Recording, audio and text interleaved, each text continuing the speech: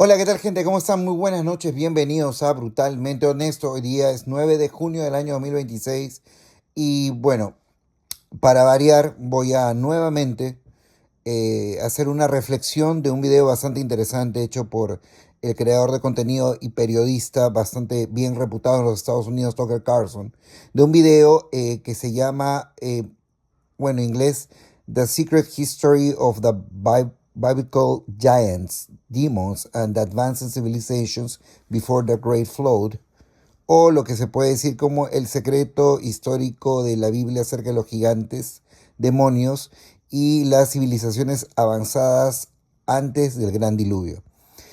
Como es una costumbre bastante buena, creo yo, voy a hacer un breve resumen del entrevistado, de su biografía, para que más o menos entendamos que Tucker Carlson, el periodista que estoy citando una vez más, hace una entrevista bastante interesante a alguien bien documentado. No es una persona improvisada, no es una persona eh, conspiranoica, no es una persona eh, ocurrente, trasnochada, que se le ocurren cosas inventadas por sí mismo, sino es una persona que ha tenido el tiempo y el trabajo de dedicar sus horas de vida, sus semanas, años tal vez, al estudio profundo de las palabras, las Santas Escrituras y sobre todo de factos históricos comprobables. Entonces, esto es una entrevista bastante interesante porque nos va a permitir entender no solo los orígenes de la humanidad, sino tradiciones y rituales que aún se mantienen hasta ahora y en muchos casos de forma secreta, porque obviamente quienes tienen el conocimiento no quieren que las personas como nosotros sepamos que los tienen y tampoco quieren que sepamos para qué lo utilizan. Entonces va a ser una reflexión bastante interesante. Y pues nada, vamos a hablar un poquito del personaje que en este momento paso a describir su biografía esencialmente. La biografía de es un padre, es un cura de la iglesia ortodoxa. El nombre de él es Stephen DeYoung. Stephen DeYoung es un sacerdote de la iglesia ortodoxa antioquena y especialista en estudios bíblicos. Actualmente ejerce como pastor de la Archangel Gabriel Orthodox Church en el estado de Luisiana. Formación académica, nada más y nada menos, ojo al piojo, obtuvo un doctorado PhD en estudios bíblicos en Cambridge University. Posee además maestrías en teología, filosofía, humanidades y ciencias sociales. Experiencia profesional. Pastor de la Archangel Gabriel Orthodox Church en Lafayette, Luisiana. Profesor y expositor de estudios bíblicos en contextos eclesiales y educativos. Presentador del podcast de The Whole Counsel of God. Copresentador del podcast Lord of Spirits junto a Andrew Stephen Damick. Autor del blog The Whole Counsel Blog y colaborador de medios de formación cristiana ortodoxa.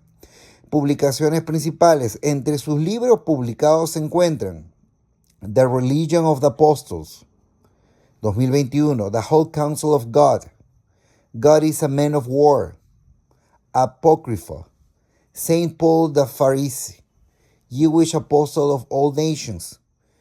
Áreas de especialización. Su trabajo académico pastoral se ha concentrado principalmente en estudios bíblicos del Antiguo y Nuevo Testamento, judaísmo del Segundo Templo, contexto histórico y cultural del cristianismo primitivo, literatura apócrifa y deuterocanónica, interpretación de las escrituras en la tradición ortodoxa. En un resumen biográfico centrado en su formación académica, cargos y trayectoria profesional. Básicamente es lo que acabo de describirles, ¿no? Y bueno, es literalmente una persona bien preparada, una persona que sabe lo que está hablando. Y lo que les presentaré a continuación es una descripción más o menos de toda la entrevista. La entrevista es bastante extensa, no los voy a dilatar demasiado escuchando este pequeño resumen, porque de eso se trata, de que sea un pequeño resumen. Pero más o menos vamos a ir tocando los temas que han sido tratados en la entrevista y voy a hacer un muy, muy pequeño resumen de cada punto porque me pareció impresionante. Yo no me dejo de sorprender con Tucker. Es una persona que tiene unos valores muy firmes en su creencia a Cristo, al Dios verdadero, a Yeshua, al Cristo verdadero, al Cristo histórico, ¿no? Y pues nada, como vuelvo a decir, no me deja de sorprender que sus entrevistas sean siempre bastante puntuales, atinadas y directas y sin hipocresías. Porque en el devenir de la entrevista hay muchas cuestiones muy contradictorias, mejor dicho, muy controversiales, que para personas ultra conservadoras y extremadamente ceñidas al dogma, que es básicamente la interpretación de los grupos que le dan a ciertas informaciones históricas y lo dan en su interpretación para que otros sigan exactamente esa misma interpretación, podrían ser bastante polémicas. Sin embargo, él se toma la libertad de hacer algo que todos los seres humanos debemos de principio hacer, que es pensar, ¿no? Pensar, porque si bien es cierto, podemos todos compartir una fe y una creencia, estar sujeto a que otra persona te diga cómo tienes que entender lo que lees, de por sí, del saque ya está mal. Ya está mal. Porque justamente lo que tiene que hacer uno como persona pensante es en su raciocinio entender lo que lee o lo que escucha y dejar que tu corazón te diga lo que debes entender, ¿no? Entonces es por eso que es bastante para mí apreciable el trabajo que hace Tucker, bastante apreciable. Yo lo he dicho en más de una oportunidad, soy un bastante admirador de él, sigo mucho su podcast, al igual que varios, Candace Owens, The John Turks, Apolo, el original es muy interesante, de los de habla hispana, uff, David Parceriza, Jaconor 73 y en fin, son varios, son varios. Pero en él siempre encuentro una información que es bastante fácil de entender si le das la debida atención, ¿no? Pero sobre todo son cosas que no son normalmente tocadas por otros entrevistadores por temor a la crítica, estoy seguro.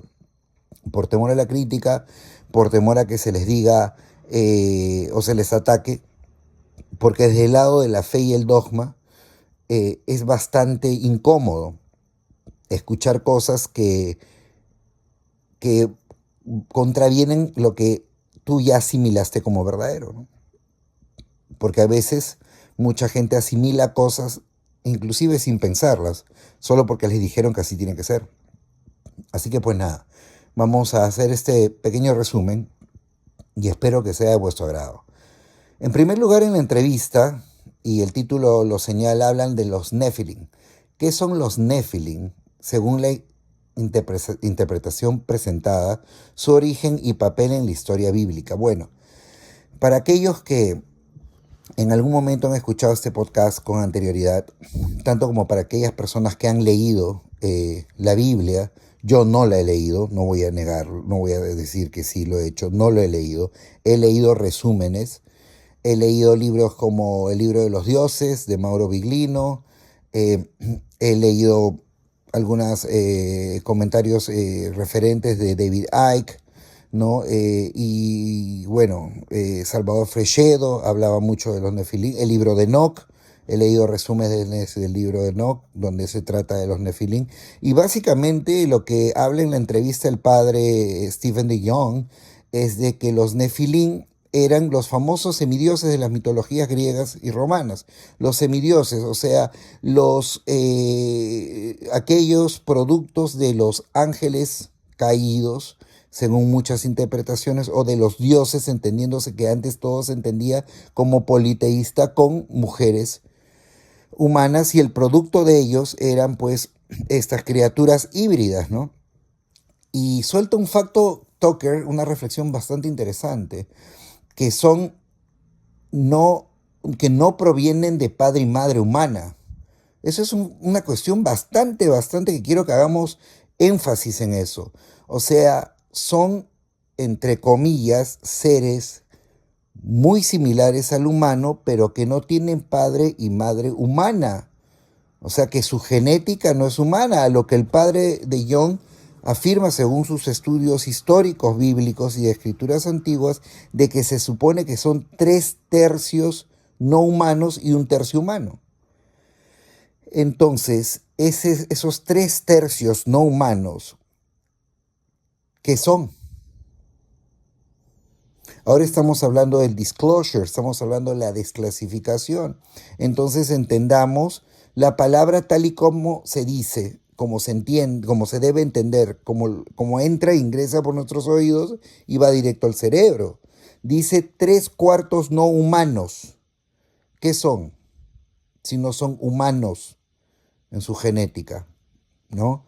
Ahora, no lo llevemos necesariamente al mundo fantasioso de ángeles, seres mitológicos alados. No, no.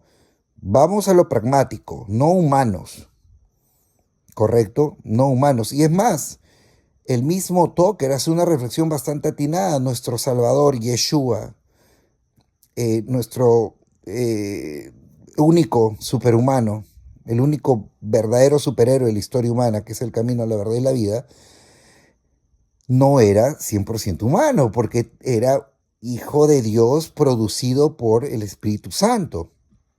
Por eso siempre lo he dicho, para mí él era un metahumano, porque iba más allá de las capacidades normales de un humano. Pero si nos ponemos a interpretar de forma literal, tenemos que entender que él no era 100% humano. Entonces, esa parte no humana, ¿qué era?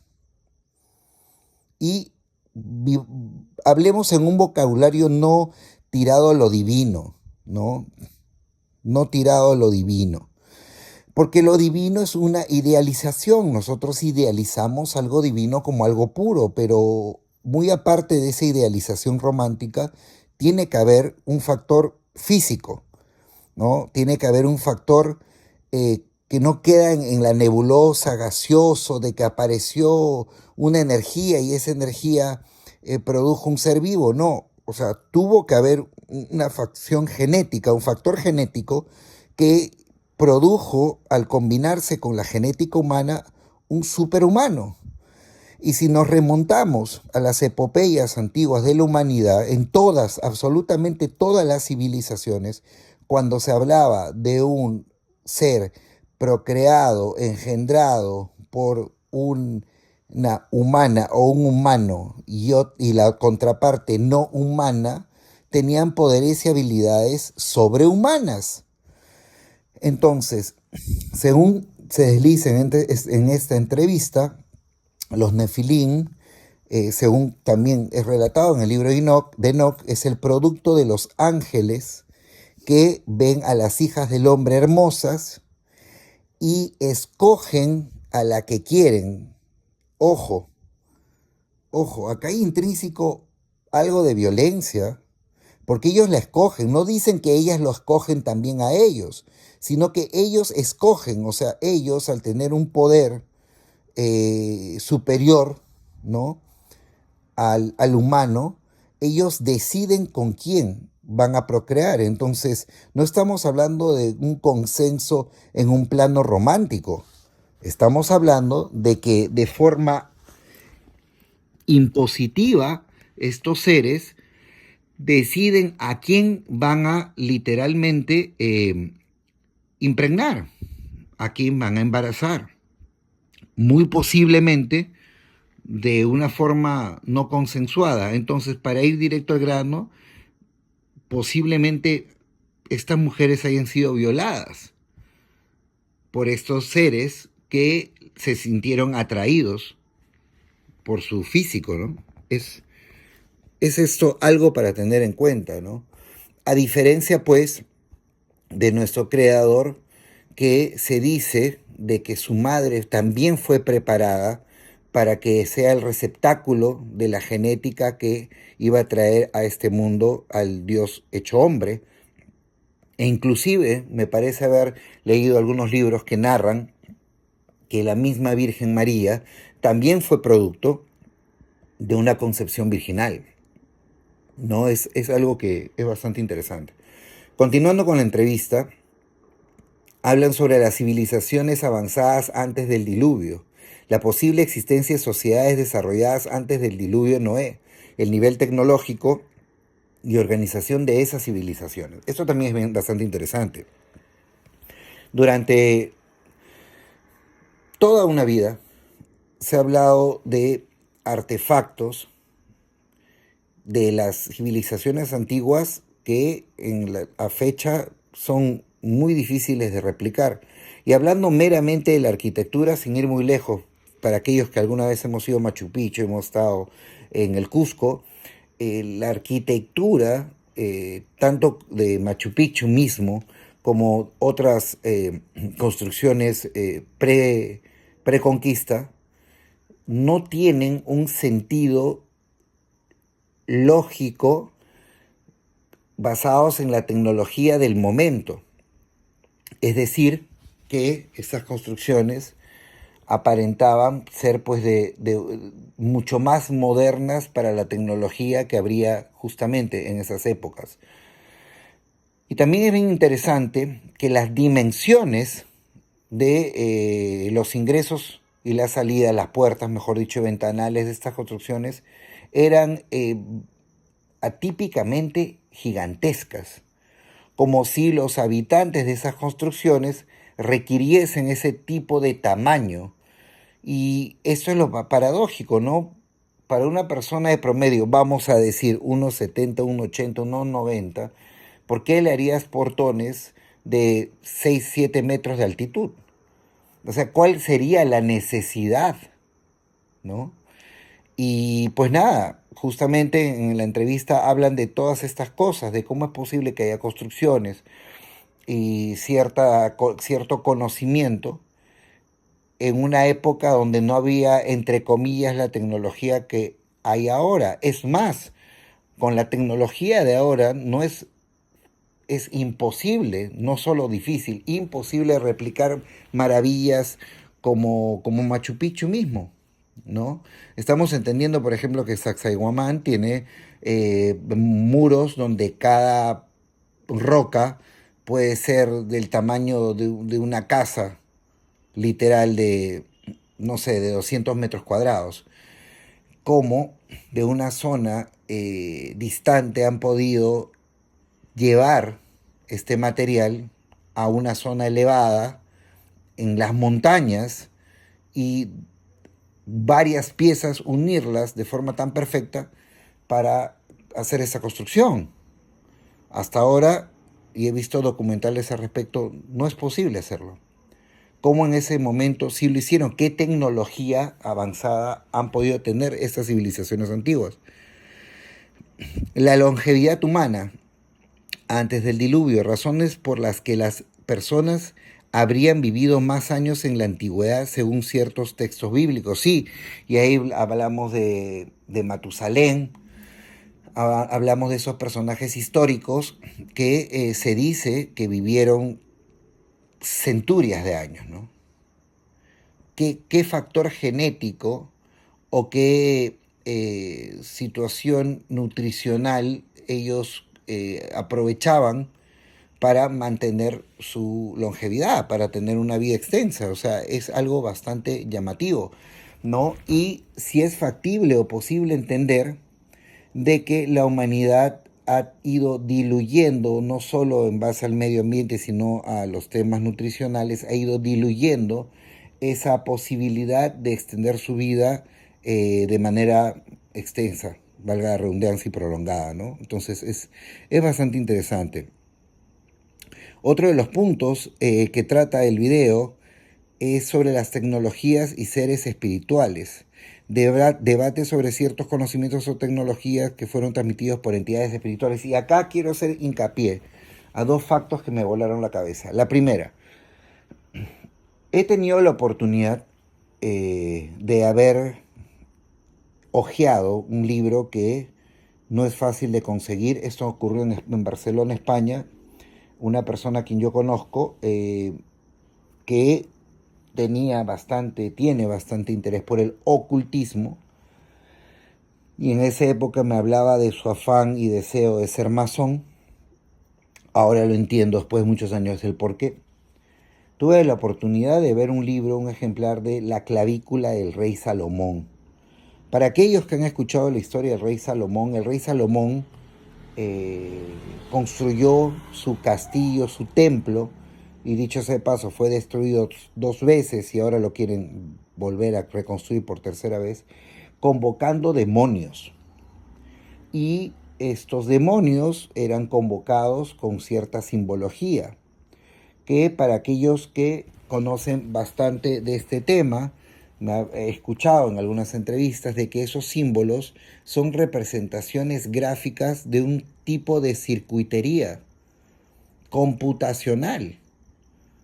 O sea, esos triángulos, semirectángulos y todo eso son un tipo de circuitería, un tipo de lenguaje de circuitos, porque nuestra realidad es electromagnética y las diferentes realidades estamos separados por diferentes frecuencias, vibraciones y energías, y que esto facilitaba, no de la forma romántica que la gente cree, que es como una invocación meramente actuada y no.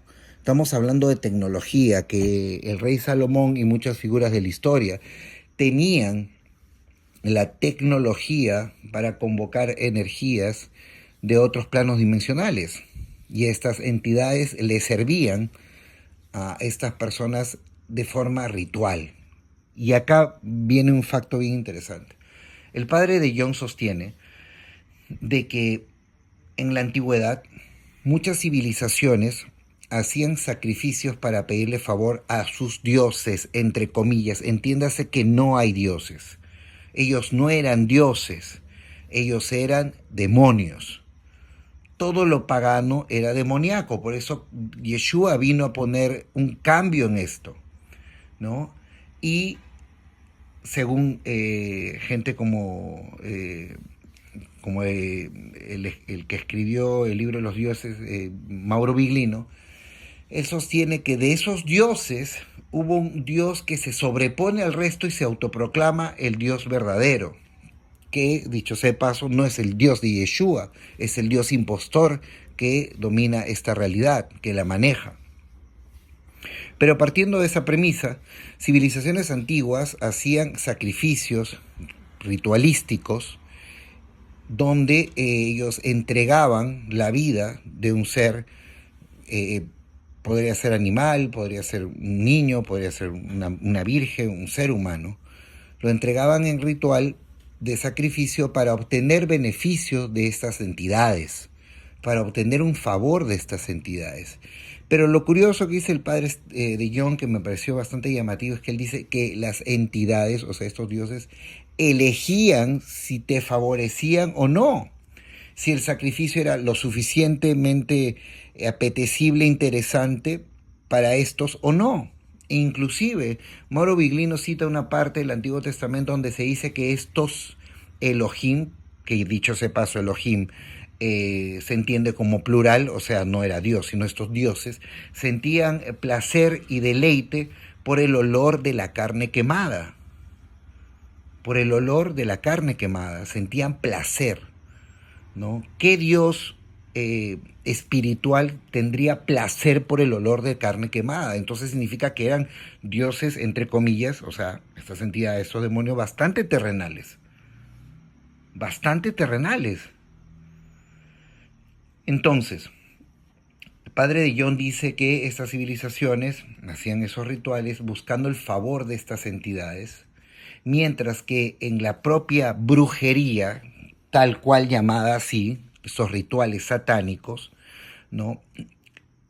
En base al sufrimiento producido en el momento del sacrificio, ellos ya hacían un pacto directo con estas entidades y estas entidades prácticamente están obligadas a cumplir con el requerimiento de las personas que realizaban el acto ritual satánico, porque ya era un trato más directo, ¿no? No era algo masivo, ¿no? Él hace esa diferenciación bastante interesante, que pueblos hacían sacrificios en busca de un beneficio colectivo y estas entidades escogían si lo hacían o no, este beneficio.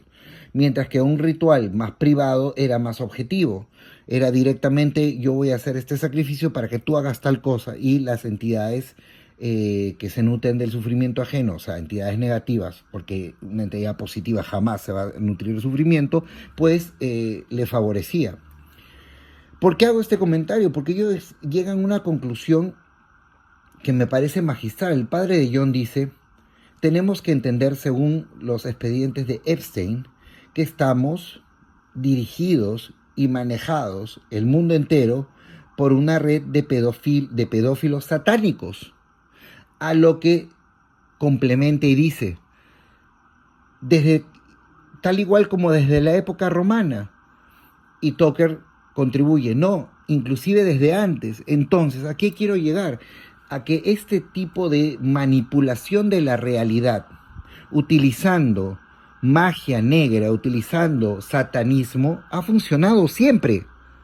O sea, esto acá no es una novedad, no estamos descubriendo la pólvora, sino que esto ha sido escondido por centurias de centurias, porque creen que la gente que maneja el poder hace esos tipos de rituales. A lo que el padre de John, de forma bastante inteligente en su humor, dice: claro, seguro esta gente hace todas estas locuras porque no funciona. Y ambos se ríen, y a mí también me pareció jocoso, porque es lógico. Si lo hacen desde esa época hasta ahorita, es porque funciona, si no, no lo harían. ¿Correcto? Las civilizaciones antiguas, hasta la actualidad, los gobernantes, son una red de pedófilos satánicos. Y tienen el poder, y tienen el dinero, y tienen el manejo. Y por eso hacen esto. Porque funciona. Obviamente, si no funcionase, este tipo de maniobras hubiera quedado olvidado en las civilizaciones primeras de la humanidad, y a la fecha, en esta actualidad, no se volverían a hacer más. Hace tiempo tuve una conversación con el primo de mi primo, a quien quiero mucho, un fuerte abrazo, y no me ha autorizado a decir su nombre, así que no lo diré, pero él siempre escucha, así que un fuerte abrazo, querido amigo. Y le comenté pues que yo había visto una entrevista de un banquero suizo que perteneció a estas logias satánicas. Bueno, fue invitado y él escapa, y desde ese momento fue censurado en toda la élite bancaria mundial. Y bueno, él se dedica gran parte de su vida a hacer una banca alternativa que vaya en contra de los grandes corporaciones bancarias como la de los Rothschild. Y él, en una entrevista, cuenta en lágrimas cómo él vio y fue testigo de un sacrificio de una criatura inocente, y lo cuenta traumatizado. Y cuando cuento ese relato, él me dice que él no creía mucho en esas cosas, que esas son cosas del pasado, que los veía poco probable. Pero sin ir muy lejos, en los expedientes de Epstein han encontrado mucho email con codificación de un posible y casi comprobado tráfico de menores para abuso sexual y ritualismo satánico con consecuencias de canibalismo. Entonces, ¿de qué estamos hablando? ¿No se supone que eso quedó en la época de Babilonia y Sumeria y las primeras tribus de Israel y los cananitas? O sea, ¿de qué estamos hablando? Si emails, ojo, 2020, 2021, 2022, 20, para arriba, están hablando lo mismo de lo que se hacía en los inicios de la humanidad. Entonces, no lo descartemos.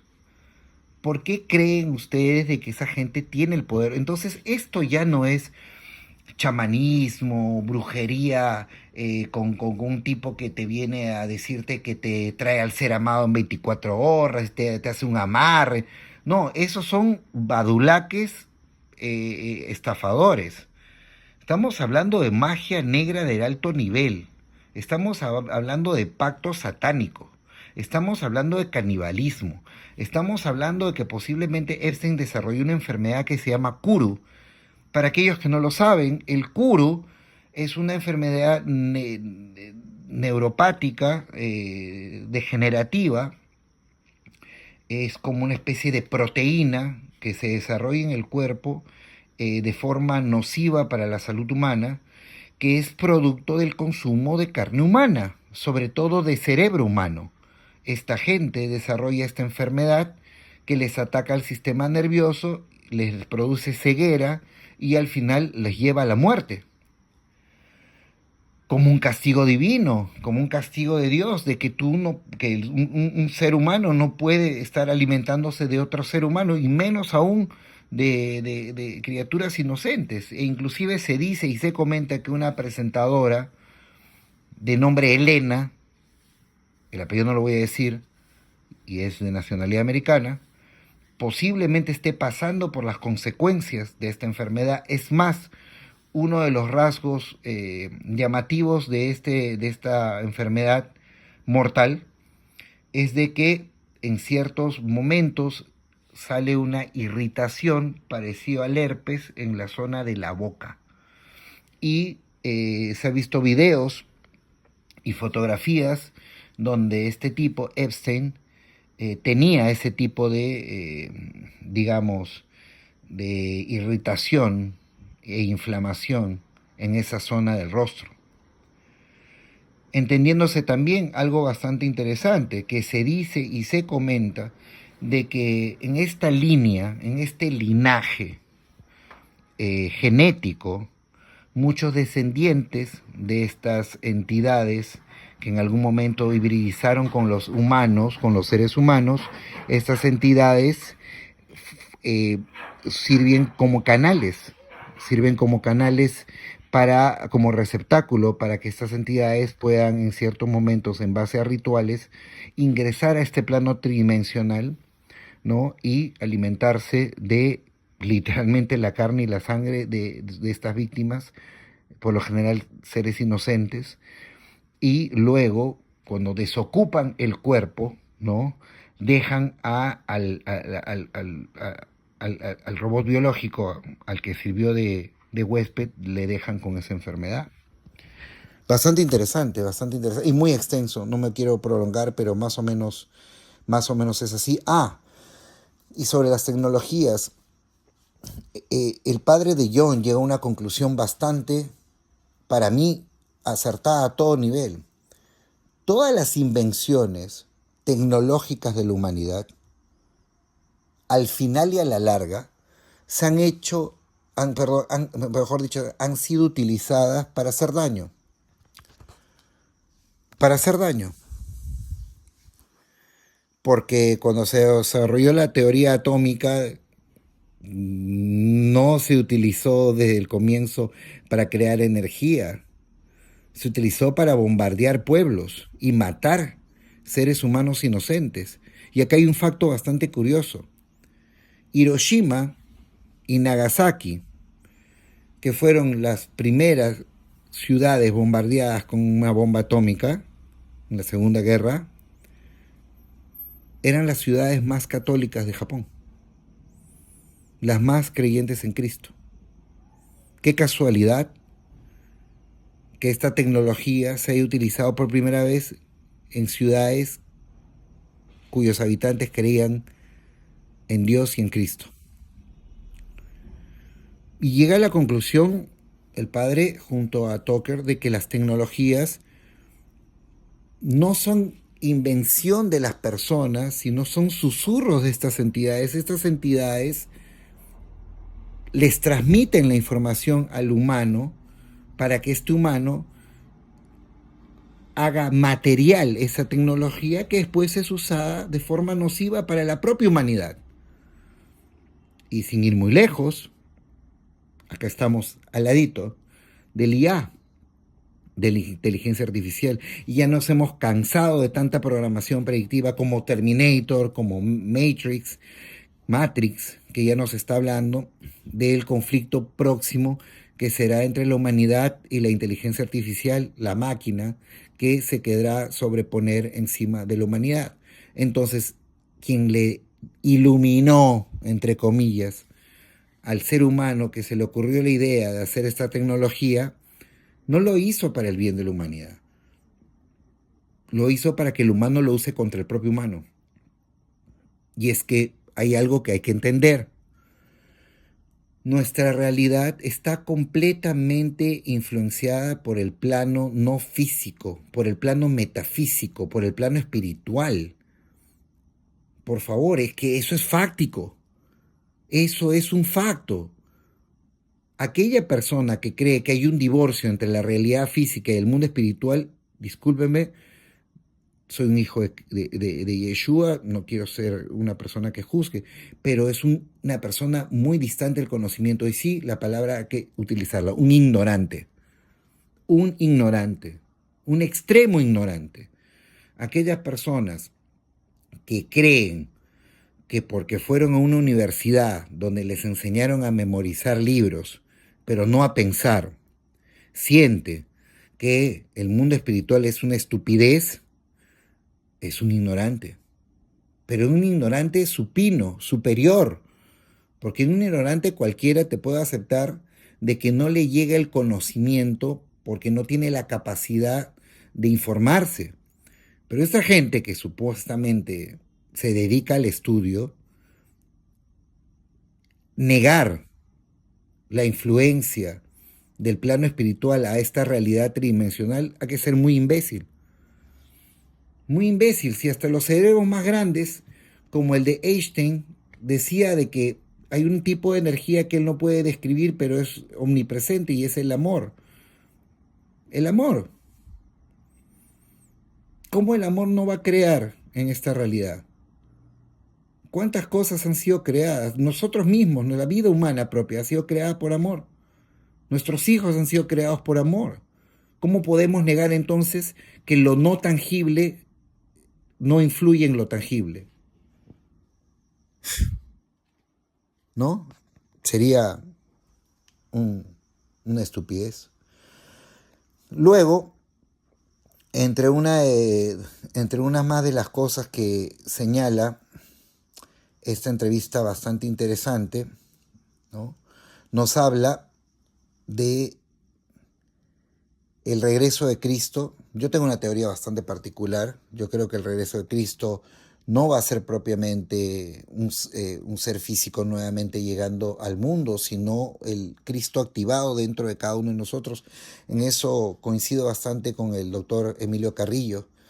Eh, bueno, perdón, no es doctor, es licenciado, si no me equivoco, en ciencias contables, creo que o economía, bueno, en fin, pero es un gran investigador del tema de Cristo. Y él dice que el regreso de Cristo, él lo ve como la activación del Cristo que llevamos todos adentro, que nos va a quitar el velo, que es lo que significa Apocalipsis, que se nos caiga el velo de los ojos. No es Armagedón, ni guerra, ni batalla final, ni eliminación de la humanidad, no. Es que el desvelo, que se cae el velo de los ojos, eso significa Apocalipsis. Y que se activaría el regreso de Cristo porque estaría el Cristo dentro de nosotros activándose. Y yo creo que es cierto, porque miren las cosas de las que estamos hablando. Y estas cosas yo las veo todos los días en las redes sociales. ¿Ah? Luego hablaron sobre la religión y la civilización, por qué las sociedades humanas suelen estructurarse alrededor de creencias religiosas. Esto también es algo bastante llamativo, ¿no? Toda sociedad humana busca en la religión su fundamento y base, ¿no? E inclusive hay patrones que se repiten en civilizaciones y sociedades que no comparten espacio cercano de forma territorialmente hablando o de tiempo. Porque hay costumbres y rituales en diferentes civilizaciones, en diferentes tiempos, que se repiten. Entre ellos, la famosa conservación de la genética real, ¿no? Hemos visto el caso de la endogamia, donde muchos monarcas de muchas civilizaciones a nivel planetario tienen intercambio, mejor dicho, tienen relaciones y procrean entre miembros de su propia casta, de su propia linaje, de su propia familia, siendo eso una abominación, una aberración, ¿no? Pero ¿por qué lo hacen? ¿Y hasta cuándo lo han hecho? ¿No? He escuchado bastante literatura del mismo David Icke que habla que al ser esto bastante criticable del lado moral, del lado religioso, muchos de los gobernantes que son hijos de estas familias endogámicas, se les ocurrió la idea de cambiarse de apellidos para que no sea tan llamativo para aquellos que gracias a Dios no pertenecemos a esa nobleza, y para evitarse pues críticas y todo eso. Pero esa lucha, entre comillas, por preservar su genética, que ahora pasaremos a describir de dónde viene esa genética, ese patrón común denominador, les ha traído muchas consecuencias nefastas, ¿no? Muchas malformaciones, deformaciones y problemas de salud, problemas cognitivos, ¿no? Bastante severos. Es bastante curioso que a pesar de que la experiencia les guía de que eso va a ocurrir, no desisten en continuar con esa intención y continúan. ¿Por qué? ¿Cuál es la necesidad? ¿Qué tienen que preservar? Y sobre todo, ¿por qué? ¿De qué forma la utilizan? ¿O es acaso que la conservación de esa genética les permite canalizar a sus entidades que les entregan poder y riqueza? ¿No será que es eso? ¿No será que de ellos, al diluir su genética de sus, entre comillas, dioses, que son realmente demonios, pierden poder, pierden conectividad con esas entidades? Muy interesante y es algo para tenerlo en cuenta. Ya para terminar, porque estoy tratando de ser lo más conciso del mundo respecto a estos temas, porque son bastante largos, hablan de los dioses de la guerra y del dinero, que entendemos que las élites provocan y producen el mal, porque ese mal les da como fruto a cambio el bienestar y el poder que tienen en esta granja prisión, como lo llamaba el gran Salvador Freixedo. La respuesta cristiana ante la guerra, cómo deberían reaccionar los cristianos frente a los conflictos armados, eso también es bastante interesante, ¿no? En primer lugar, la primera pregunta que creo que todo ser humano debe hacerse, que Tucker Carlson lo hizo en la entrevista. Si Dios, si Yeshua justificaría una muerte. Es inadmisible cómo hay países que justifican muerte de mujeres y de niños inocentes y de ancianos porque según ellos son un pueblo elegido que debe ocupar un territorio. O sea, al Dios de Yeshua, al verdadero, a que él le llamaba Abba, jamás en la vida, estoy seguro, le parecería correcto que gente inocente muera, porque supuestamente él le prometió una tierra a alguien. Desde esa premisa tan básica, podemos entender quiénes están del lado del bien y quiénes están del lado del mal. Simple y sencillo. Ahora también habla del famoso problema del liderazgo en el evangélico. Claro que sí. Vivimos en un mundo donde los intereses se mueven a mansalva y el dinero es el Dios de muchas congregaciones y ellos, estas congregaciones, acumulan sus líderes riqueza y poder en base a un gran engaño, al engaño del miedo. Escuché alguna vez decir que las personas que, no todas, digo, muchas personas, su intención de ingresar al mundo religioso es básicamente por el temor a ir al infierno, mientras que aquellos que estamos en un plano más espiritual es porque ya estuvimos allí. Y no deja de ser cierto. La manipulación del miedo. Yo hace poco tuve la oportunidad de estar en un momento especial compartiendo un mensaje con una persona que pertenecía a un culto, no tengo por qué decirlo. Y yo sentí, fue mi percepción, y estoy seguro que posiblemente eh, personas que hayan estado ahí no lo sintieron así. Pero yo sentí un bombardeo constante del interlocutor queriendo que la gente sienta miedo.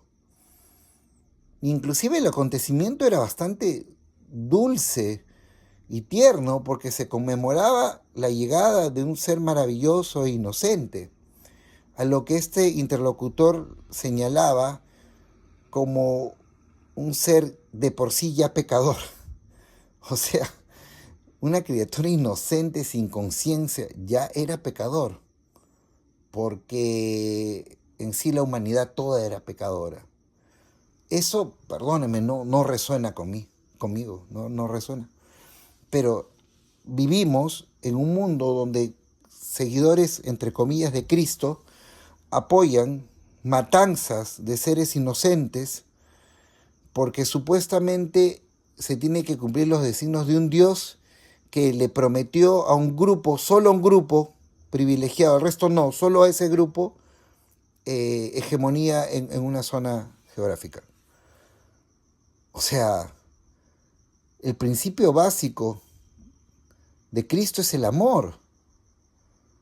Y sobre todo, el amor al inocente, el amor al débil. ¿Cómo tú vas a condonar una matanza y una muerte injustificada de seres inocentes por supuestamente una promesa a un pueblo? Supuestamente. Y es que claro, se ha corroborado que muchos de esos movimientos, entre comillas, cristianos son financiados por sionistas. Ojo, los sionistas son judíos, pero no todos los judíos son sionistas. Y que quede muy claro. Así que cuando te digan que tú estás en contra de eso, eres antisemita, no eres antisemita, eres antisionista, que es distinto, que es una ideología, que es un pensamiento político, que busca la hegemonía de un grupo en una región geográfica. Tampoco te pueden decir antisemita porque la mayoría de los que propugnan esa idea política no son semitas porque no son originarios de esa zona. No son originarios, son eskenazíes, son ucranianos, son turcos, son polacos, son de Europa del Este, originariamente, que su monarca en un momento decide abrazar la idea del judaísmo y por eso ellos se consideran judíos, pero ellos no son semitas. Cristo era semita. Los ocupantes originarios de esta zona de Gaza, ellos son semitas, porque son de allí. Estos vinieron de Europa del Este y se ubicaron en una zona por una supuesta promesa histórica y tratan de reivindicar un territorio del cual ellos genéticamente no son oriundos. Que se entienda. Las cosas como son, hay que decirlas. Y ya para terminar, las críticas y desafíos al liderazgo cristiano contemporáneo, las experiencias de la obra de Dios, qué significa vivir una experiencia espiritual auténtica. Como vuelvo y repito, los milagros existen. Y el padre de John dijo que algo que me pareció magistral: el mal, los demonios, no se presentan de la forma alegórica que nosotros entendemos en los dibujos de los cuadernos de historia, mejor dicho, de religión y todo eso. El demonio no se te va a presentar como un tipo con los cuernos y el tridente y la cola y el cuerpo de chivo. No necesariamente así juega el juego. Se te va a presentar como una idea que es algo traviesa, pero no del todo mala. Pero se te va a incrustar en la mente, y en el corazón. Y va a seguir dándote ese mensaje de que hagas eso que es incorrecto. ¿A quién no le ha pasado eso alguna vez en la vida? No, pero voy a hacerlo una vez. No, pero no tiene nada de malo. No, pero mientras nadie sepa. No, pero, no, pero, no, pero. Y cuando menos te das cuenta, te has metido un hábito muy profundo. Ese es el demonio. Allí está metido. Por eso traigo a colación lo del psicoanalista Jeffrey Marcinski, que él dice que los esquizofrénicos y los sociópatas que él ha atendido en los reclusorios, tanto como en los hospitales, dicen que escuchan que escuchan voces que todo el tiempo le dan mensajes negativos. Así se presenta el demonio. Por eso Ryan Montgomery ha dicho que hay sectas demoníacas que entran a juegos en línea de jovencitos, de jovencitas, o crean enlaces de supuesto apoyo para chicos con problemas de depresión y problemas suicidas, existenciales, y una vez que los capturan, se ganan su confianza, les piden, entran en supuestamente relacionamientos platónicos online, donde les piden fotografías desnudas a sus víctimas y luego les chantajean, y no les chantajean con dinero, les chantajean pidiéndoles que hagan daño a otras personas, que se hagan daño a sí mismos o inclusive que se quiten la vida. Así se presenta el demonio. No se presenta, como alguna vez alguien me discutió, de que yo era un ignorante al pensar eso, cuando la discusión no venía al caso, no estábamos tratando ese tema, pero como alguna vez me dijo, ¿cómo puedes tú repostar algo de una persona que está diciendo que el demonio se pasa por internet, que en mi computadora se aparece el diablo? No, pues, más bien ahí hay ignorancia, porque el demonio no se presenta de esa forma, el demonio se presenta mediante pensamientos, mediante, en el caso de estos entre comillas, esquizofrénicos, pacientes psiquiátricos, mediante voces que les dicen cosas, pero cosas coherentes. ¿Dónde has visto tú que tengas alucinación de alguien que te habla cosas, pero que son coherentes? O sea, que tú en tu mundo seas incoherente, pero la voz que te habla sea coherente y supuestamente estás alucinándola. Entonces, ¿cuál es la lógica? Es porque no es una alucinación, es un ataque. Y a eso yo les dije que por favor descárguense el Salmo 23. El padre Marcinski señala de que todo el tiempo que él ha recitado el Salmo 23, estas entidades han señalado a sus interlocutores, que son, entre comillas, estos pacientes psiquiátricos, de que no soportan esa oración.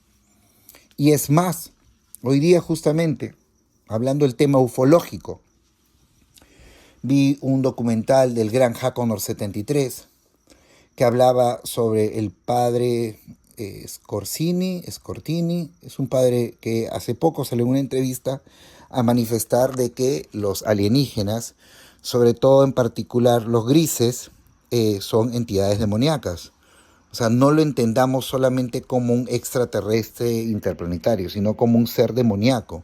A lo que el padre Chad Repinger también lo había mencionado en el programa de Sean Ryan, de que él en muchos de sus exorcismos había visto presentarse esas entidades. Entonces, inclusive Aleister Crowley, el más grande satanista de la historia de la humanidad moderna, él decía que convocaba a un ser y cuando dibujó a ese ser demoníaco, la figura era de un gris cabezón con los ojos grandes, prácticamente sin nariz ni boca. Entonces, lo que las civilizaciones antiguas llamaban demonios es lo que para nosotros son estas entidades, ni más ni menos. Y había una característica en común que le llamó la atención. En más de 400 casos, estos investigadores reportaban que cuando habían abducciones, o sea, cuando personas eran capturadas por estos seres, en el momento e instante preciso que estas personas abducidas decían la frase de Jesucristo, Cristo ayúdame, por el amor de Cristo, las entidades cesaban el daño que ocasionaban. Si estaban haciendo un experimento, haciendo un tipo de cirugía o algo, la persona en su corazón mencionaba a Cristo o recitaba a Cristo, ayúdame, las entidades paraban, no continuaban más. Y este mismo patrón se repite con estos enfermos, entre comillas, psiquiátricos, que cuando escuchan esas voces negativas que les dicen hazte daño o haz daño a otros, inmediatamente cuando el licenciado Marcinski recitaba el Salmo 23, huían o paraban su hostigamiento. ¿Por qué? Porque Yeshua tiene poder, porque Jesús es el camino, la verdad y la vida, Jesucristo, Cristo, en su nombre original Yeshua. Encomendémoslo a Él, porque Él mismo decía que Él es el templo, Él es el camino, es la verdad y la vida, y solo mediante Él conoceremos al Padre. Entonces, allí está. Si estamos en el juego de la Matrix, que es como un juego de video, tú terminas el nivel cuando te sabes los trucos. Bueno, el truco más importante, y más que truco, la invocación que todos tenemos que hacer en nuestro corazón es dejar el miedo de lado y recordar que existe Cristo y que Cristo nos va a salvar. Y por favor entiéndase, yo no soy religioso, no quiero ser religioso, no pretendo jamás que sea nadie religioso. Solo quiero que entendamos que Cristo es la única salvación y ellos lo saben. Y por eso temen. Por eso en el mundo de la cultura pop atacan a Cristo todo el tiempo, porque saben que si la humanidad, que eso va a ocurrir, despierta en Cristo, se acabó. Se acabó la maldad. Y lo saben. Por eso lo atacan. Por eso atacan a todos aquellos que amamos a Cristo y que pregonamos el nombre de Cristo. Porque saben que Él está viniendo dentro de nuestros corazones. Muchísimas gracias, gente. La verdad, no pensé extenderme mucho, pero el programa así lo meritaba. Y pues nada, por favor, había dos cositas más que es bastante importante. La primera, el pecado imperdonable. El padre de John manifiesta que en una parte de la Biblia, Yeshua, cuando fue acusado por los fariseos que él hacía milagros utilizando demonios, dijo que lo más imperdonable es acusar de demoníaco, estoy haciendo parafraseando, ¿no? Al Espíritu Divino, al Espíritu de Dios. Entonces, cuidado, ¿no? Cuidado. Ese es un pecado imperdonable. A alguien que está haciendo el bien en nombre del Dios verdadero, como lo decía Cristo, acusarle que está utilizando demonios es muy grave, muy grave. Y en otra de las cosas que me llamó profundamente la atención, y ahora sí acabo, la verdad, son varios puntos, es cuando Tucker le dice, padre, ¿usted qué cosa cree que son los pecados más graves que ha podido escuchar en su vida, en confesión? A lo que el padre le contesta, bueno, no puedo hacer una divulgación de esas cosas, y Tucker le dice, no mencione nombres, nada de eso, pero ¿qué tipo de pecados? A lo que el padre le contesta, bueno, al principio, cuando recién eres joven, estás empezando tu sacerdocio y todo, te cuentan cosas un poco jocosas, como confesarte pues de que faltaron al trabajo y se inventaron una mentira, o que tuvieron malos pensamientos en el tráfico cuando alguien les incomodó a la hora de manejar y le insultaron. Cosas que, bueno, obviamente al principio para él le parecían bastante infantiles, ¿no? Pero que cuando ya sentía que pasaba el tiempo y había más confianza, muchos de estas personas le contaban ya cosas bastante más pesadas, y que él ha visto llorar gente que él nunca en su vida imaginó que iba a ver llorar. Pero lo que fue interesante es que le decía que muchos de los pecados que él escuchaba, que eran bastante frecuentes, era por ejemplo el caso de la infidelidad, ¿no? Donde parejas contaban pues haber cometido deslices, pero que eso ya no lo escuchaba últimamente, pero sí escuchaba situaciones relacionadas al ámbito sexual, pero no propiamente a las relaciones físicas, sino estamos entendiendo al uso y abuso de la pornografía. Lo que me llamó muchísimo la atención, porque cuando escuché la entrevista de Sean Ryan al padre Chad, que he mencionado anteriormente, Chad Rippinger, él cuenta la historia de un joven que fue exorcizado por él. Ojo, que se entienda que el padre Chad es el último recurso. O sea, a una persona, para empezar, para que la iglesia le considere poseído, para empezar, tiene que pasar muchísimas pruebas. Tiene que haber muchísima sintomatología, tienen que haber pasado especialistas, médicos, psiquiatras, todo lo que te imaginas, ¿no? Para que lo llamen al padre Chad. El padre Chad no lo whatsappea si se aparece porque le digas, esta persona está poseída. No, una persona muy respetada.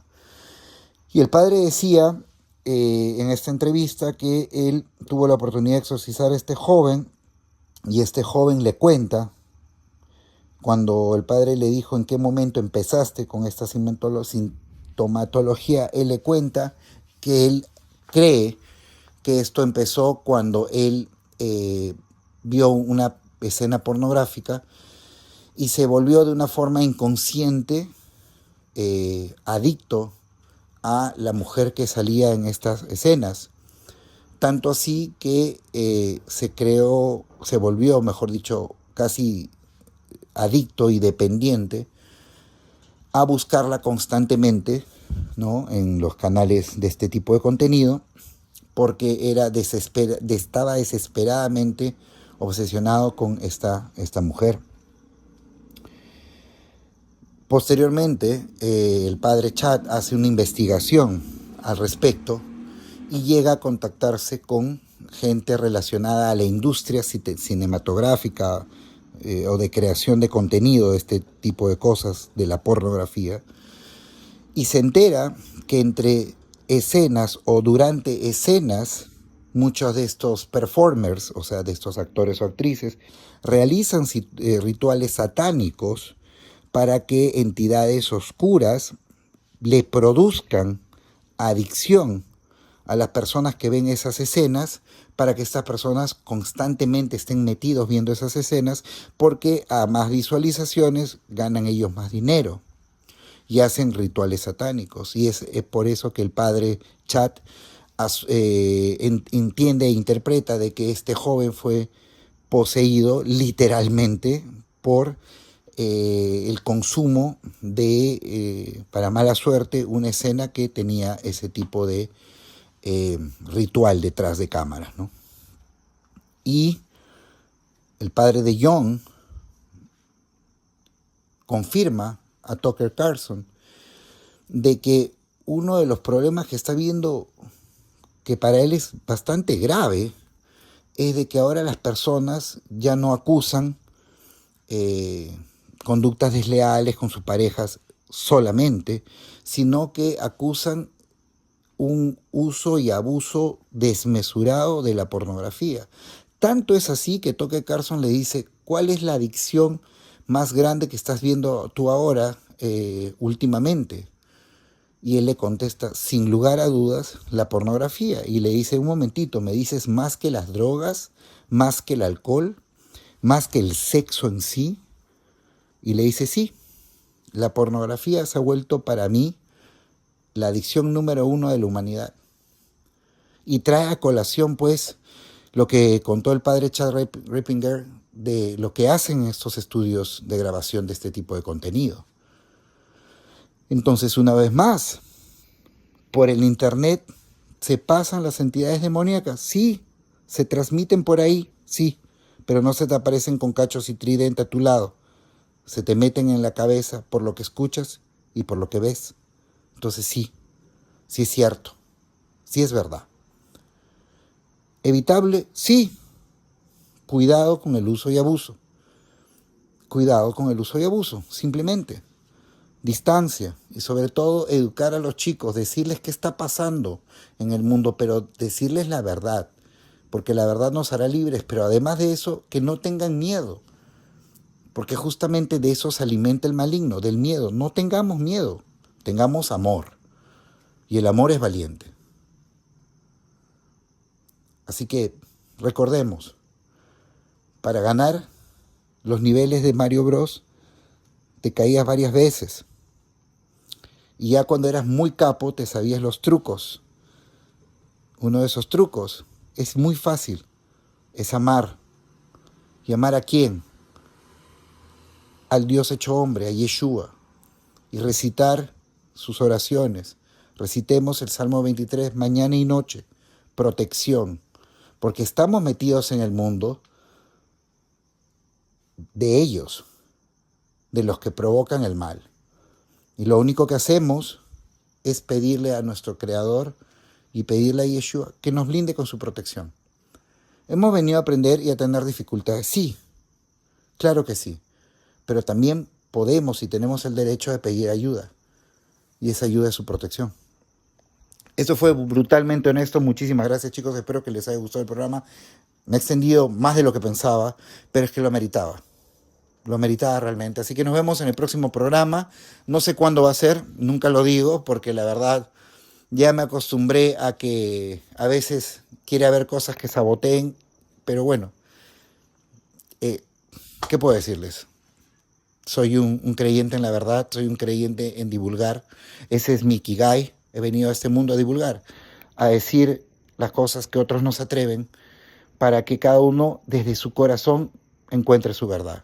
Porque solo la verdad nos hará libres. Recuerden, Salmo 23, mañana y noche, todo el tiempo, protejámonos. Muchísimas gracias, gente, y nos vemos en el próximo programa. Bye, bye.